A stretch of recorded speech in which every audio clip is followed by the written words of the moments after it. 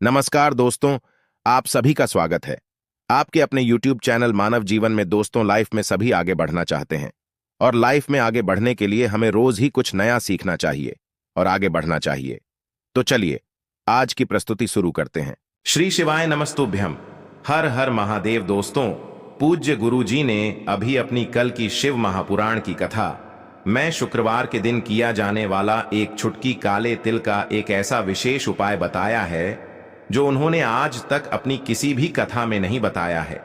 पूज्य गुरु जी ने कहा कि जब आपके हाथ तंग चल रहे हो, जब रुपए पैसे कहीं से प्राप्त ही ना हो पा रहे हो, जीवन में चारों तरफ से सिर्फ और सिर्फ परेशानियां आ गई हो, उनसे बाहर निकलने का कोई रास्ता ना दिखाई दे रहा हो, तो 21 फरवरी 2025 शुक्रवार के दिन कर लेना एक चुटकी काले तिल वाला यह उपाय होगी। हर मनोकामना पूरी मिलेगी, सभी दोषों से मुक्ति, इतना धन आएगा कि संभाले नहीं संभलेगा। माता लक्ष्मी जी और महादेव जी के आशीर्वाद से पूरे साल धन बरसता रहेगा। दोस्तों, जैसा कि आप सभी लोग जानते हैं कि 21 फरवरी 2025 यानी शुक्रवार को पड़ रही है फाल्गुन महीने की नवमी तिथि। और दोस्तों, यह वह तिथि है जो फाल्गुन महीने में पड़ने वाली सबसे बड़ी और फाल्गुन महीने की पहली नवमी तिथि है, क्योंकि यह शुक्रवार के दिन पड़ रही है। और हमारे हिंदू धर्म में इसका बहुत ही बड़ा और विशेष महत्व होता है।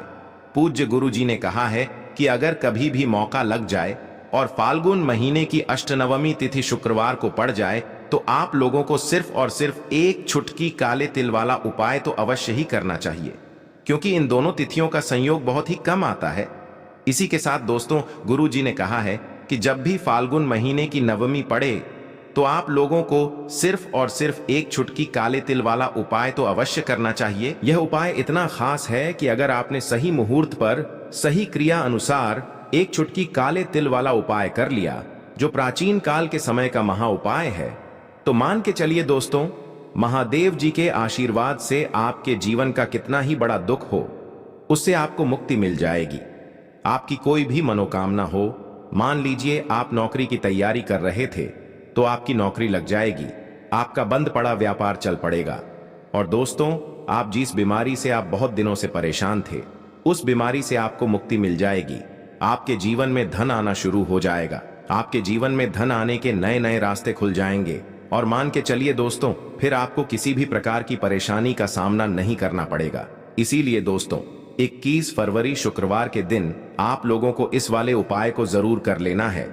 भले ही आपने पूरे साल भर इस उपाय को ना किया हो, पर अगर आपने इस फाल्गुन महीने में पड़ने वाली नवमी के दिन अगर इस वाले उपाय को कर लिया, तो आपको इस उपाय को करने का वह फल मिलेगा जिसकी आपने कभी कल्पना भी नहीं करी होगी। इसीलिए आप लोग इस एक चुटकी काले तिल वाले उपाय को एक बार जरूर कर लेना, ताकि आप लोगों के हाथ से यह मौका न जा सके और आपको इस उपाय को करने का फल मिल सके। दोस्तों, यह उपाय पंडित जी ने अपनी अभी की ही शिव महापुराण की कथा में बताया है, जो इस उपाय को आज हम आपको बहुत अच्छे से समझाने वाले हैं। इस वीडियो को देखने के बाद इस उपाय को समझने के लिए आपको कोई और वीडियो को देखने की जरूरत नहीं पड़ेगी। तो दोस्तों, इस उपाय को आपको कैसे करना है, कब करना है, कहां पर करना है, और उपाय को करते समय आपको किन किन गलतियों को नहीं करना है और आपको किन किन बातों का ध्यान रखना है, ये सारी जानकारी हम आपको इस वीडियो में देंगे। तो चलिए भक्तों, उपायों को शुरू करते हैं। अगर आप भी चाहते हैं कि महादेव जी का आशीर्वाद आप पर सदैव बना रहे, तो वीडियो को लाइक करें, चैनल को सब्सक्राइब करें और कमेंट बॉक्स में हर हर महादेव जरूर लिखें। और अपने फायदे के लिए, गरीबी दूर करने के लिए इस वीडियो को पूरा देख कर जाना। यदि आज आपने वीडियो को बीच बीच में से देखा, काट काट कर देखा, तो जीवन में आपको कभी सफलता हासिल भी नहीं होगी। देखिए दोस्तों, यह 21 फरवरी शुक्रवार का दिन यह इतना खास होता है, इतना महत्वपूर्ण होता है। देखा गया है कभी कभी बड़े बड़े पूजा पाठ अनुष्ठान से जो मनोकामना पूर्ण नहीं होते, वह 21 फरवरी शुक्रवार के दिन एक छोटे से उपाय करने से ही आपकी मनोकामना पूर्ण हो जाती है। अब हम समझते हैं इस वाले उपाय को हमें करना किस समय है। इस एक चुटकी काले तिल वाले उपाय को हमें फाल्गुन महीने के नवमी के दिन करना किस समय है। तो देखिए, इस उपाय को करने का जो समय है वह सुबह का समय है और शाम का समय भी है। अब देखिए, यहाँ पर हम मुख्य रूप से सुबह का समय नहीं बोलेंगे क्योंकि 21 फरवरी शुक्रवार का दिन है और इस दिन प्रदोष काल के समय का बहुत महत्व होता है।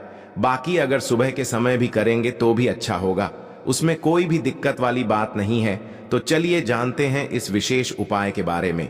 लेकिन उससे पहले एक प्रार्थना, अगर आप इस चैनल पर नए हैं तो आप इस वीडियो को लाइक करें, चैनल को सब्सक्राइब करें और कमेंट बॉक्स में आप अपनी राशि या अपना नाम जरूर डाल दें, क्योंकि हम राशि से जुड़ा भाग्य भी बताते हैं और भाग्य में चल रही परेशानियों को दूर करने के लिए वह आसान से आसान उपाय भी बताते हैं। तो चलिए अब हम अपने सबसे पहले उपाय की बात कर लेते हैं कि देखिए, इस उपाय के लिए आपको 2 दीपक लेने होंगे। दोनों ही दीपक आप मिट्टी के भी ले सकते हैं और दोनों ही दीपक आप शुद्ध आटा मढ़कर उनके भी तैयार कर सकते हैं। अब दोस्तों, दोनों ही दीपक के अंदर आपको शुद्ध घी का प्रयोग करना होगा और एक दीपक के अंदर आपको गोल रुई की बाती का प्रयोग करना होगा और एक दीपक के अंदर आपको लंबी बाती का प्रयोग करना होगा। लंबी बाती वाले दीपक के अंदर आप मौली वाला जो धागा आता है कलावा का, उसकी बाती का प्रयोग भी आप लंबी बाती वाले दीपक के अंदर कर सकते हैं। देखिए, 2 दीपक वाला ये चमत्कारी उपाय केवल शुक्रवार की रात्रि में ही किया जाता है, इसीलिए आपको इस उपाय को बहुत ही ध्यान से समझना। इसी के साथ में आपको 1 चुटकी काले तिल के दाने लेना है और इसी के साथ में आपको मात्र 1 चुटकी हल्दी भी लेनी होगी। अब दोस्तों, ये सभी सामग्री लेकर के आपको रात्रि के समय पहुंच जाना है अपने घर में, जहां कहीं भी तुलसी जी का पौधा, तुलसी माता का निवास स्थान है, वहां पर देखिए दोस्तों, सबसे पहले तो आपके पास जो एक गोल बाती का दीपक, उसे आपको तुलसी जी के वहां पर प्रज्वलित करना है। दीपक को प्रज्वलित करते समय आपको ओम नमो भगवते वासुदेवाय इस मंत्र का 11 बार जाप कर लेना है। अब देखिए दोस्तों, आप जो 1 चुटकी काले तिल के दाने लेकर के आए हैं, उन्हें आपको अपने सीधे हाथ में रखना है और जो आपने गोल बाती वाला दीपक प्रज्वलित किया है माता तुलसी जी के वहां पर, उसके ऊपर से आपको इन 1 चुटकी काले तिल को घड्डी की दिशा में घुमाना है। आपको अपना नाम और अपनी गोत्र को बोल देना है और फिर आपको इन काले तिल को उससे जलते हुए दीपक के अंदर डाल देने हैं। देखिए, काले तिल भगवान विष्णु के पसीने से उत्पन्न हुए हैं और जब भी हम यह दीपक नवमी की रात्रि में प्रज्वलित करते हैं तो इससे हमें हमारे कर्ज में राहत मिलती है, हमारे जीवन में धन प्राप्ति के नए नए मार्ग खुलते हैं, हमारा अगर कोई भी कार्य रुका हुआ है तो वह भी परिपूर्ण होता है। देखिए, गोल बाती का जो दीपक है, विशेषकर हम माता तुलसी के वहां पर भगवान विष्णु और माता लक्ष्मी के निमित्त प्रज्वलित कर रहे हैं। इस प्रकार से आपको ये दीपक प्रज्वलित कर देना है। अब जो आपके पास लंबी बाती का दीपक है, 1 चुटकी हल्दी है, तो इससे आपको लेकर के पहुंचना है अपने घर के मंदिर में। आपके घर के मंदिर में माता लक्ष्मी की जो भी प्रतिमा ही मूर्ति है, उनके सामने सबसे पहले तो आपको ये लंबी बाती का दीपक रखना है।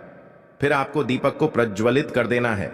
दीपक को प्रज्वलित करते समय आपको ओम महालक्ष्मी नमः इस मंत्र का जाप करते रहना है। अब दोस्तों, आपके पास जो 1 चुटकी हल्दी है, उसे आपको अपने सीधे हाथ में रखना है और इस 1 चुटकी हल्दी को आपको उस दीपक के ऊपर से 11 बार घड्डी की दिशा में घुमाना है और आपको ओम महालक्ष्मी नमः मंत्र का जाप करते रहना है और इस 1 चुटकी हल्दी को आपको उसे दीपक के अंदर डाल देना है। देखिए, 1 चुटकी हल्दी वाला जो दीपक है आपके जीवन से दुर्भाग्य को समाप्त करता है, माता लक्ष्मी की आपको कृपा प्राप्त करवाएगा, धन प्राप्ति के आपके जीवन में नए नए मार्ग बनाएगा। देखो, अगला उपाय है वो भी बहुत ज्यादा खास है। तीनों उपाय को आप जरूर सुनना, क्योंकि जो आपको अच्छा लगे वो उपाय आप कर सकते हैं। देखिए, इस उपाय के लिए आपको 2 हरी इलायची लेनी होगी। हरी इलायची आपको साबुत लेनी है, खंडित नहीं होनी चाहिए। और इसी के साथ में आपको मात्र थोड़ा शहद लेना है। शहद आपको मात्र आधा चम्मच या फिर उससे भी कम ले लेना है और इसी के साथ में आपको 1 दीपक ले लेना है। दीपक आप चाहे तो मिट्टी का भी ले सकते हैं और आप चाहे तो शुद्ध आटा मढ़कर उसका दीपक भी आप तैयार कर सकते हैं। इस दीपक के अंदर आपको मौली का जो धागा आता है कलावा का, उसकी बाती का प्रयोग करना होगा, यानी कि इस दीपक के अंदर आपको लाल रंग की बाती का प्रयोग करना होगा और इस दीपक के अंदर आपको शुद्ध घी का प्रयोग करना होगा।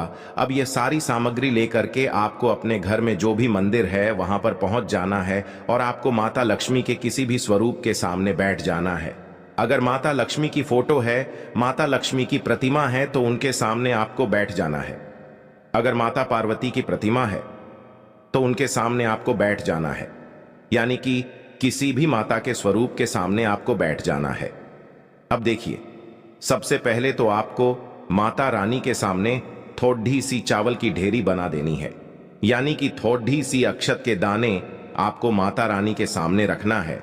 उसके बाद आप जो एक दीपक लेकर के गए हैं, उस दीपक को आपको उन्हीं चावल के दानों के ऊपर रख देना है और फिर इस दीपक को आपको माता रानी के सामने प्रज्वलित कर देना है।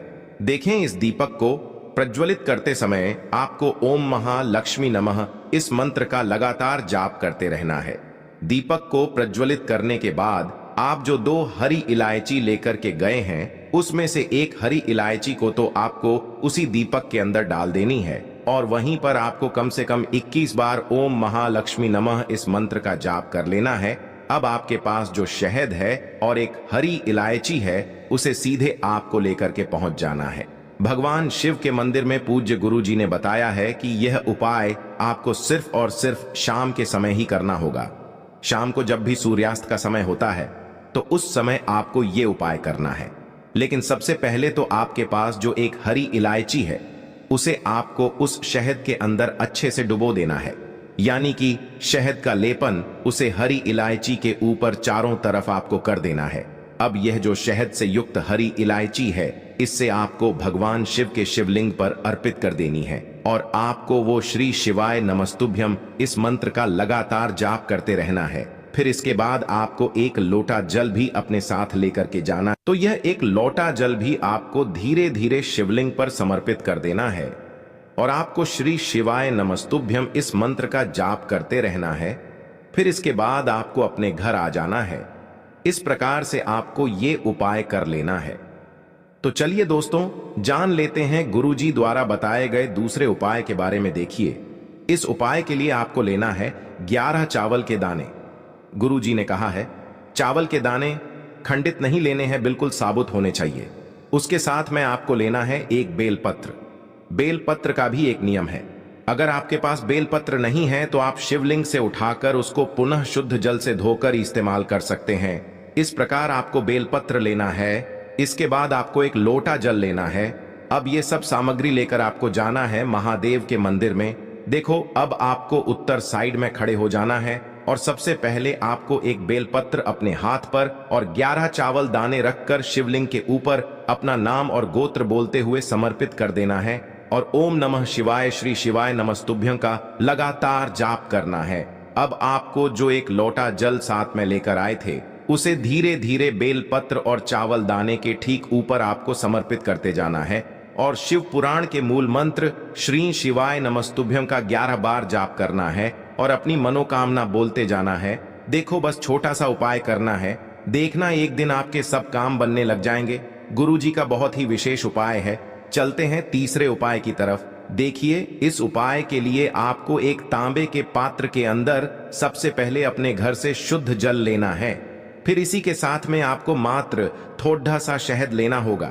शहद आपको आधा चम्मच या फिर उससे भी कम लेना है और इसी के साथ में आपको एक प्यारी सी बेलपत्र ले लेनी है। बेलपत्र यदि आपको नहीं मिल पाती है तो भगवान शिव के शिवलिंग पर चढ़ी हुई बेलपत्रों को आप पुण्य शुद्ध जल से धोकर के उपयोग कर सकते हैं और बेलपत्र जो है वह कहीं से भी कटी फटी खंडित नहीं होनी चाहिए।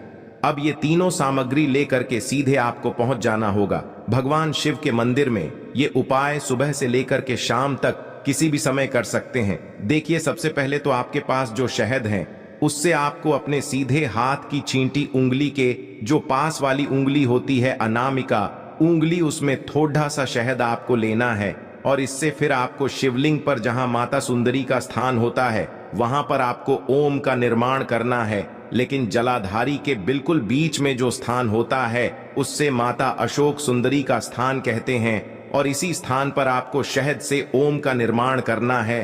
अब दोस्तों, आपके पास जो एक बेलपत्र है, उससे आपको अपने सीधे हाथ की हथेली पर रखना है और महादेव से आपको अपनी वह विशेष मनोकामना, आपके जीवन में जो भी संकट चल रहे हैं, जो भी समस्याएं चल रही हैं, जो भी जीवन में दुर्भाग्य बना हुआ है, आप अपने किसी भी कार्य में सफल नहीं हो पा रहे हैं, तो जिस भी प्रकार की आपकी समस्या है उसे दूर करने के लिए आपको महादेव से प्रार्थना कर लेनी है। और फिर यह जो एक बेलपत्र है, इससे आपको शिवलिंग पर माता अशोक सुंदरी वाले स्थान पर समर्पित कर देनी है। देखिए, जहां पर आपने ओम का निर्माण किया है उसी के ऊपर आपको ये बेलपत्र भी समर्पित कर देनी है। देखिए, बेलपत्र की चिकनी साइड का हिस्सा शिवलिंग से स्पर्श होगा और इसकी जो डंडी है वो आपको जलाधारी की ओर रखनी है। पत्ती वाला भाग शिवलिंग की तरफ रहेगा। इसी प्रकार से आपको यह बेलपत्र समर्पित कर देनी है। अब दोस्तों, आपके पास जो एक जल का पात्र है उसमें से थोड़ा सा जल तो आपको बेलपत्र की जो आगे वाली पत्ती है उस पर आपको समर्पित करना है और आपको श्री शिवाय नमस्तुभ्यम इस मंत्र का जाप कर लेना है। फिर उस पात्र के अंदर जो जल बचेगा उसे पूरा आपको भगवान शिव के शिवलिंग पर धीरे धीरे समर्पित करते जाना है और लगातार आपको शिव महापुराण के मूल मंत्र श्री शिवाय नमस्तुभ्यम इस मंत्र का जाप करते रहना है। गुरुजी ने कहा है कि जल आपको इतने धीरे धीरे समर्पित करना है कि जल समर्पित करते हुए आप कम से कम 11 बार श्री शिवाय नमस्तुभ्यम या फिर ओम नमः शिवाय इस मंत्र का जाप कर सके। फिर इसके बाद वापस आपको अपने घर आ जाना है। इस प्रकार से आपको ये उपाय कर लेना है। आप देखेंगे कि आपकी सभी मनोकामनाएं अवश्य ही पूरी होंगी। ये उपाय आपको अवश्य करने हैं। इस वीडियो में हमने आपको 3 से 4 महा उपाय आपको बताए हैं जो आपको शुक्रवार के दिन करने हैं। अगर आपके मन में उपाय से जुड़ा कोई भी सवाल है तो हमें कमेंट बॉक्स में पूछ सकते हैं। उपाय करते समय कोई भी गलती नहीं करनी है। अगर आपको हमारी वीडियो पसंद आए तो हमारे इस चैनल को सब्सक्राइब जरूर करें। हर हर महादेव, ओम नमः शिवाय, श्री शिवाय नमस्तुभ्यम। देखो, इस उपाय के लिए आपको लेना है एक गोल बाती का दीपक। आप चाहें तो मिट्टी का ले सकते हैं या फिर घर से शुद्ध आटा मढ़कर उसका दीपक आप तैयार कर सकते हैं। इसके बाद आपको लेना है शुद्ध गाय का घी। अगर वो नहीं है तो कोई भी देसी घी इस्तेमाल कर सकते हैं जिससे आपको दीपक प्रज्वलित करना है। देखो, अब ये सब सामग्री लेकर आपको जाना है प्रदोष काल में आपके घर पर तुलसी जी के घेरे के पास में। देखो, ये उपाय तो आपको अवश्य करना है। देखो, वहां पहुंचकर सबसे पहले वो दीपक आपको प्रज्वलित कर देना है और ओम नमो भगवते वासुदेवाय नमः का 11 बार जाप करना है।